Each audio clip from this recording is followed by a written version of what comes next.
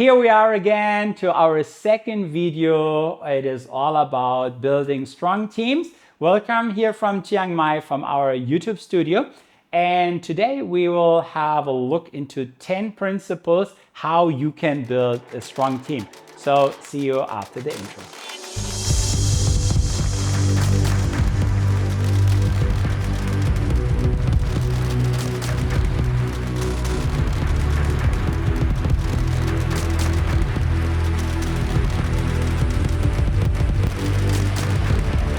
So these 10 principles I will divide into 3 different sections. So the first section, it will be more about a friendship between the team leaders. Something what I realized in church life is that you build up relationships, and after a while you figure out there are different kinds of relationships. So there are some relationships, it is about friendship, but some relationships, these are just work relationships. And this can even happen in churches. So I moved from church to church, and I had some friends where I thought I'm really close with them because we were serving every week together and building together the kingdom of God. But once I moved to another city, hey, I realized we didn't have any contact anymore. And there were some people where I still had a quite strong contact. Even we were also just sharing together and we were serving together.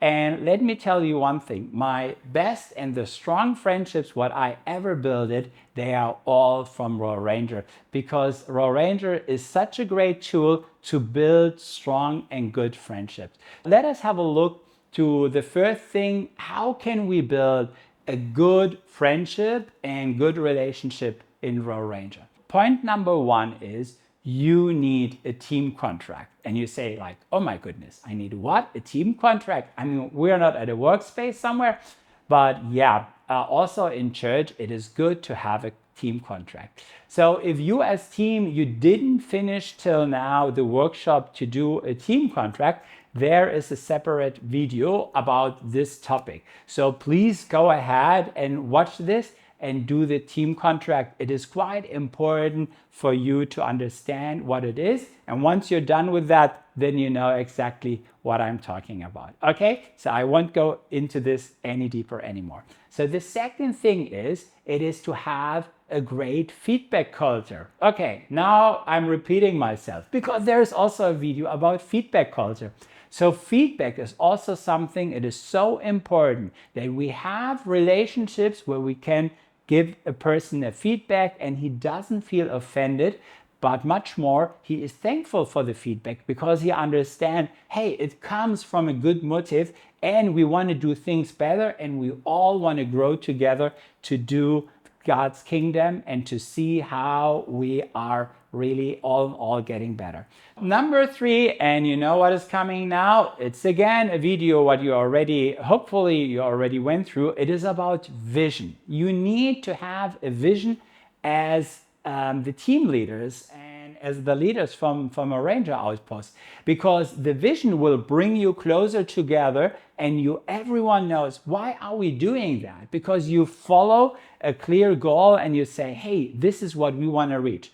So also here, if you didn't do the video how to get a vision, well, then you have to go back and you have to do that. So hopefully you did your homework before you came to this point.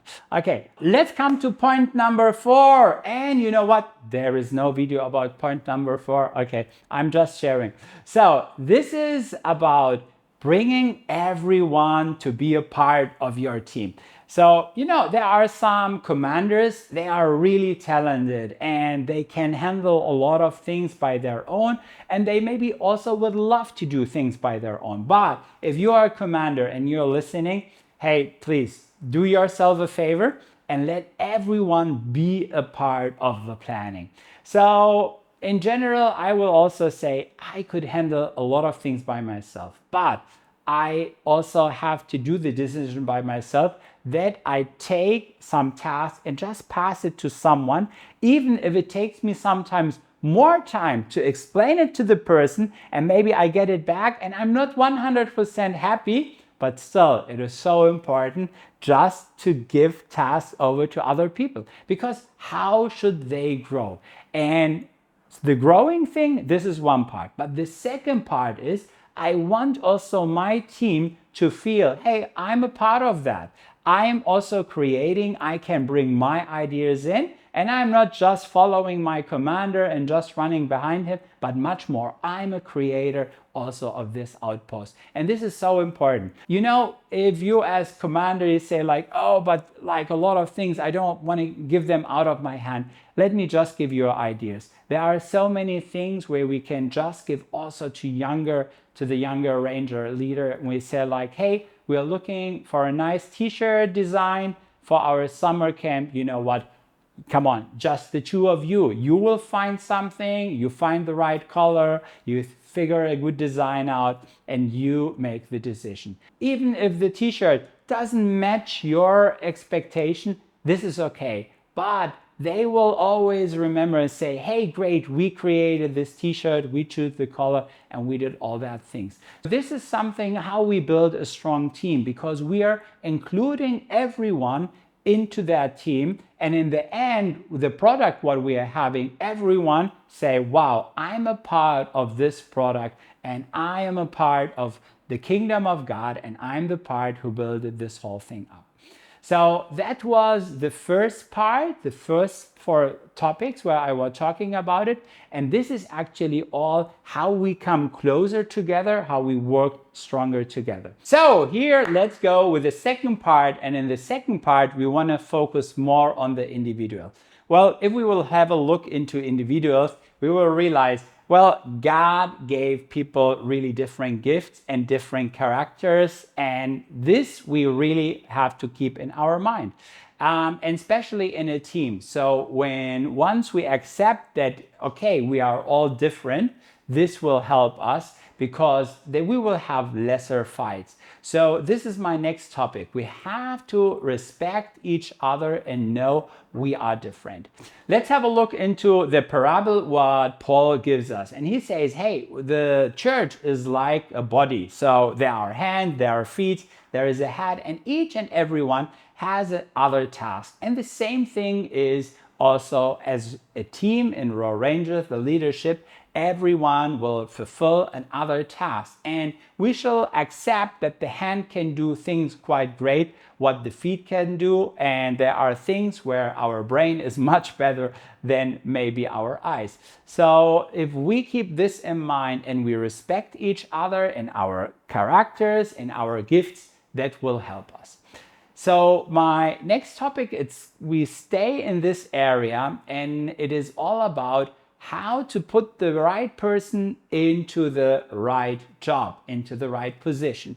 So here we need sometimes really wisdom. And as better you will know a person, especially as commander, you will know, well, in which area is he really great and which area is he strong. And then you can take him and put him directly into this place. If you put a person in a place where he doesn't fit into, well, I don't believe he will stay there too long, because he will lose his interest, because he's not comfortable there, and maybe even he doesn't have any calling for this area. So please don't misunderstand me in this area, because on one side, as Roal Ranger, we also want to build up the areas where maybe we are not so strong, where we are weak. And this is still something we want to challenge each and every leader so that they grow in areas. Let me bring the example in from Moses. Moses says, hey, sorry, I cannot talk, God.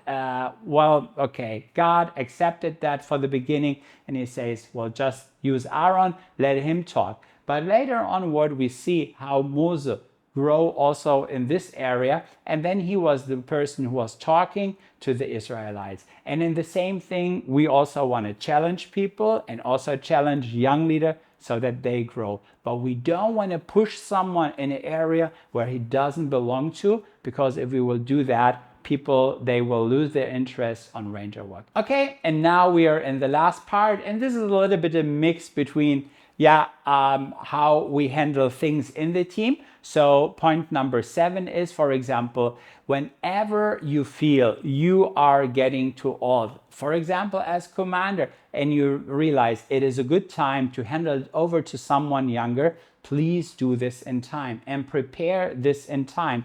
Also, team leaders, when they realize, oh, I think my expedition ranger, he's doing already a great job, and actually I should handle over the team and maybe start a younger team again, then do this really in time, prepare the person and say, hey, I would like to handle this over to you. Well, a great example I was just sharing about Moses. I love really Moses because Moses, he discipled Joshua so that he could handle him this great task that Joshua brought the Jewish people into the promised land.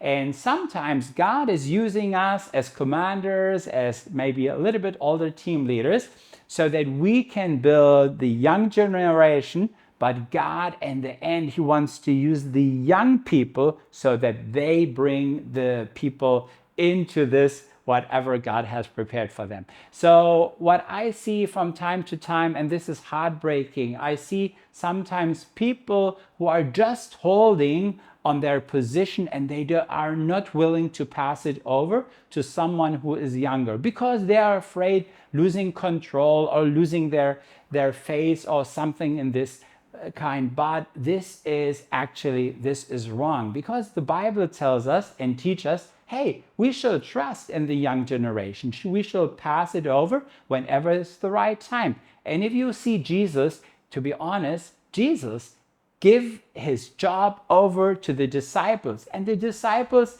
well, they were not perfect. They were not 100% ready. Well, you see what happened. They were running away and freaking out.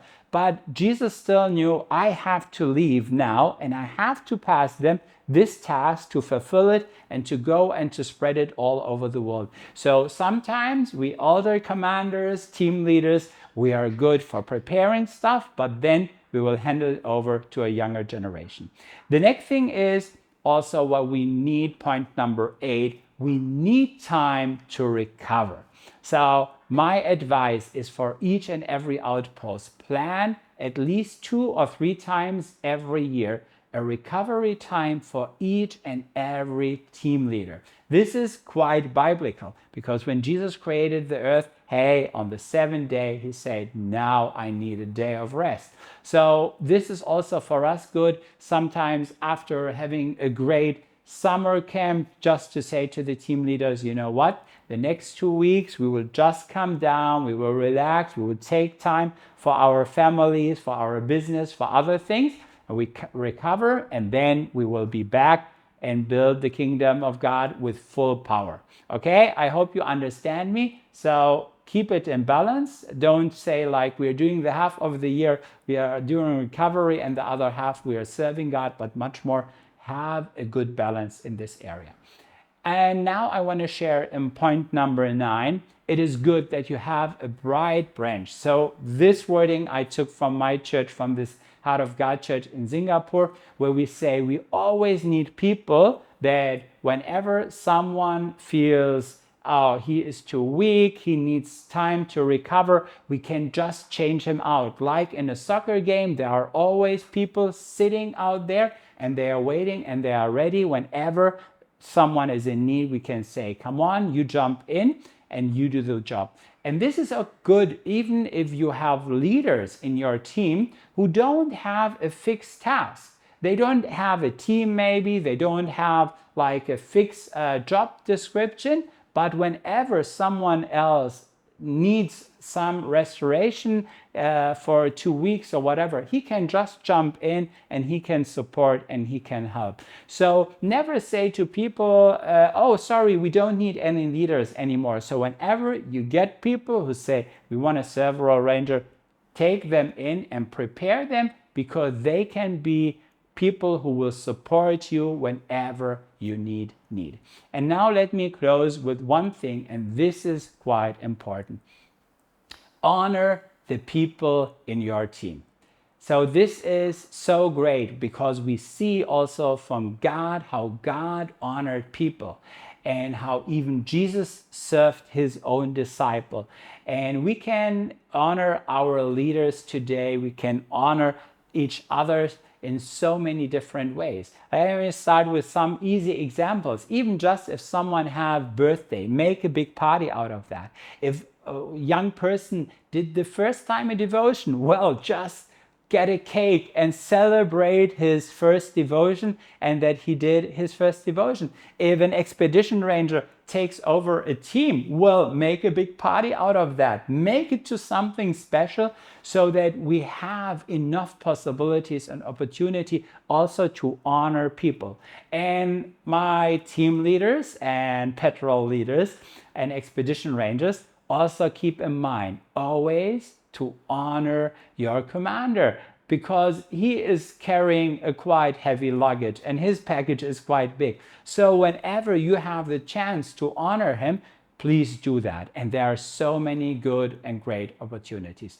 So I hope with all this advice and principle that this will help you to build strong teams. Teams who are built on really trustful areas where you know, like, hey, we belong together. And now I would like to invite you to go together in small groups and just have a look over these different principles and talk them through. How can you develop these different principles in your outpost? How can you grow these habits so that it gets to something normal to honor people whenever they do things that are really great? And I'm really happy to see how your work will grow, how you as a team, you will grow together and get to a really great unit. So God bless you with that, and looking forward to see you in one of our next videos. Bye.